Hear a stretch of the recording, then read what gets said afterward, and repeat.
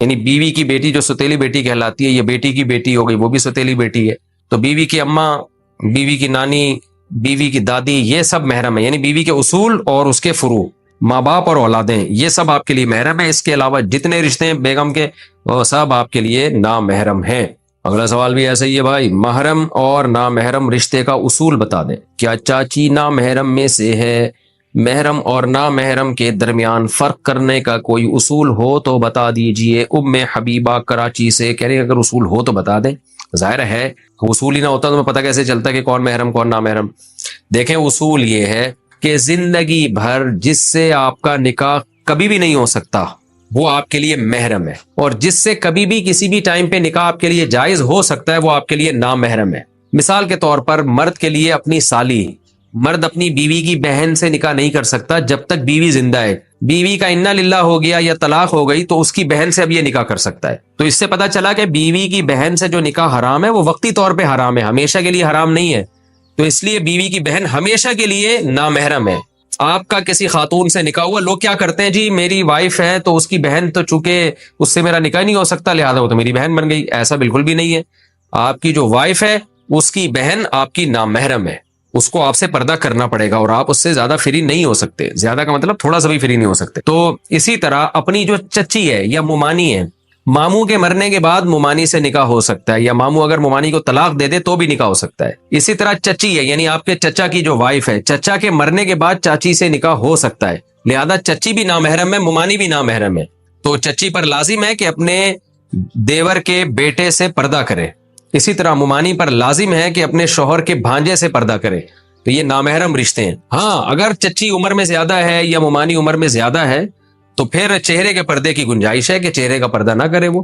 لیکن نارملی عام جوان چچی ہے یا جوان ممانی ہے تو اس پر تو بہرحال چہرہ چھپانا بھی ضروری ہے. تو یہ محرم اور نامحرم رشتوں کی ڈیٹیل ہو گئی. حدیث میں آتا ہے یحرم من الرضاعۃ ما یحرم من النسب. نسب سے جو رشتے حرام ہوتے ہیں دودھ پلانے سے بھی وہ رشتے حرام ہو جاتے ہیں، یعنی وہ بھی وہ محرم بن جاتے ہیں.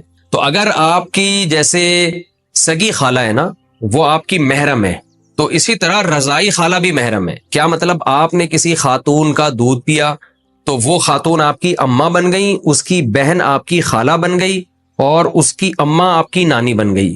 اسی طرح یعنی آپ نے دودھ پیا کسی خاتون کا تو اس خاتون کے شوہر آپ کے ابا بن گئے اور شوہر کی بہن آپ کی رضائی پھوپھی بن گئی، تو اس سے بھی پردہ نہیں ہے. تو یہ ڈیٹیل تھی محرم اور نامحرم کی.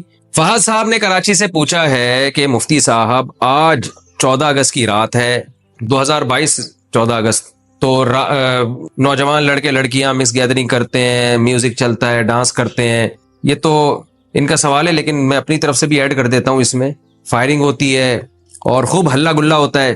تو آج بھی 12 بجے یہی کچھ ہوگا ہمارے ہاں. ادھر سخی حسن کی چورنگی پوری بلاک ہو جاتی ہے، پولیس والے آتے ہیں ڈنڈے مار رہے ہوتے ہیں پبلک کو. تو یہ سب کیا ہے؟ دیکھیں 14 اگست ہمارے لیے خوشی کا دن ہے اس طور پر کہ ہمارا ملک آزاد ہوا تھا. تو اگر کوئی اس کو یعنی اس کو سیلیبریٹ کرتا ہے، اس کو خوشی مناتا ہے، یعنی آٹومیٹیکلی ایک چیز ہے تو اس میں کوئی حرج نہیں ہے. اچھا اس پہ لوگ 12 ربیع الاول کو بھی قیاس کرتے ہیں کہ جب 14 اگست کو خوشی منانا جائز ہے تو 12 ربیع الاول کو کیوں جائز نہیں ہے. دیکھیں نبی صلی اللہ علیہ وسلم کی پیدائش کے دن خوشی منانا یہ اس کا تعلق مذہب سے ہے، مذہب سے براہ راست ہے. تو مذہب میں اپنی طرف سے ایڈیشن کی اجازت نہیں ہے جب تک شارع علیہ السلام کی طرف سے اس کی پرمیشن نہ ہو. تو ہمارے نبی صلی اللہ علیہ وسلم نے 12 ربیع الاول نہیں منایا، نہ صحابہ نے، نہ تابعین نے. تو ہمیں اجازت نہیں ہے. اور یہ جو 14 اگست کو منایا جاتا ہے یہ قومی دن ہے، اس کا اسلام سے براہ راست تعلق نہیں ہے. لہذا اس میں اسلام سے براہ راست پرمیشن کی ضرورت نہیں ہے، کیونکہ اسلام کی طرف سے پرمیشن آلریڈی ہے کہ تمہارے اپنے ذاتی چیزیں ہیں. اگر کوئی ایک دن آپ متعین کر لیتے ہیں تاکہ اس میں لوگوں کے دل میں ملک سے، وطن سے محبت پیدا ہو تو اس میں کوئی حرج نہیں ہے. ہاں اتنی بات ضرور ہے کہ اسلام کوئی بھی دن آپ کو منانے کے لیے اس میں کچھ باؤنڈری اسلام نے کھینچی ہوئی ہے کہ آپ اسلام کی باؤنڈری سے باہر نہ نکلیں. تو وہ 14 اگست کو بھی آپ کے لیے جائز نہیں ہے اس باؤنڈری کو کراس کرنا. وہ باؤنڈری کیا ہے کہ بے حیائی کا کام کرنا، کوئی ایسا کام کرنا جس سے لوگوں کو تکلیف ہو، اذیت ہو. اب آپ دیکھیں روڈ جب بلاک ہوتے ہیں، ایمبولینس میں مریض جا رہے ہوتے ہیں، ان کے ساتھ مسائل ہوتے ہیں، موتیں واقع ہو جاتی ہیں. کراچی کے حالات پہلے ہی ایک تباہ کن ہے، اوپر سے آپ روڈ بلاک کرنا شروع کر دیں. پھر لڑکے لڑکیاں، جوان لڑکے لڑکیوں کو اپنی ٹھڑک پوری کرنے کا بھی موقع مل جاتا ہے. گھروں سے نکلتی ہیں، اماں والدین روکتے نہیں ہیں، چمک چھلو بنی ہوئی گھر سے جا رہی ہوتی ہیں کہ جی آج 14 اگست ہے، اور لڑکوں سے ڈیٹیں لگ رہی ہوتی ہیں اس بہانے، اور مکس گیدرنگ ہوتی ہے، اکٹھے ناچ رہے ہوتے ہیں. بےہودگی ہے. پاکستان اسلام کے نام پہ بنا تھا اور اس میں جو جانیں دی گئی ہیں، خون بہایا گیا ہے، وہ اسلام کے دفاع کے لیے کہ ایک اسلام کا قلعہ ہوگا. آپ اس طرح سے ایک دن منا رہے ہیں جس میں اسلام کی دھجیاں اڑائی جا رہی ہیں، تو یہ پاکستان سے محبت کی علامت نہیں ہے. یہ اس کا مطلب آپ اپنی ایک ٹھڑک پوری کر رہے ہیں. تو ہم آپ کو 14 اگست منانے سے منع نہیں کرتے. ایک آزادی کا دن ہے، اگر آپ اس کو مناتے ہیں اور اس سے ملک کی محبت پیدا ہوتی ہے تو اچھی بات ہے یہ، کیونکہ بہرحال ایک ہمارا ملک ہے، اس کا دفاع کرنا ہماری ذمہ داری ہے. اسلام کا ایک قلعہ ہے. پاکستان ختم ہو گیا تو بہت سارے اسلامی ملکوں کا فیوچر داؤ پہ لگ جائے گا.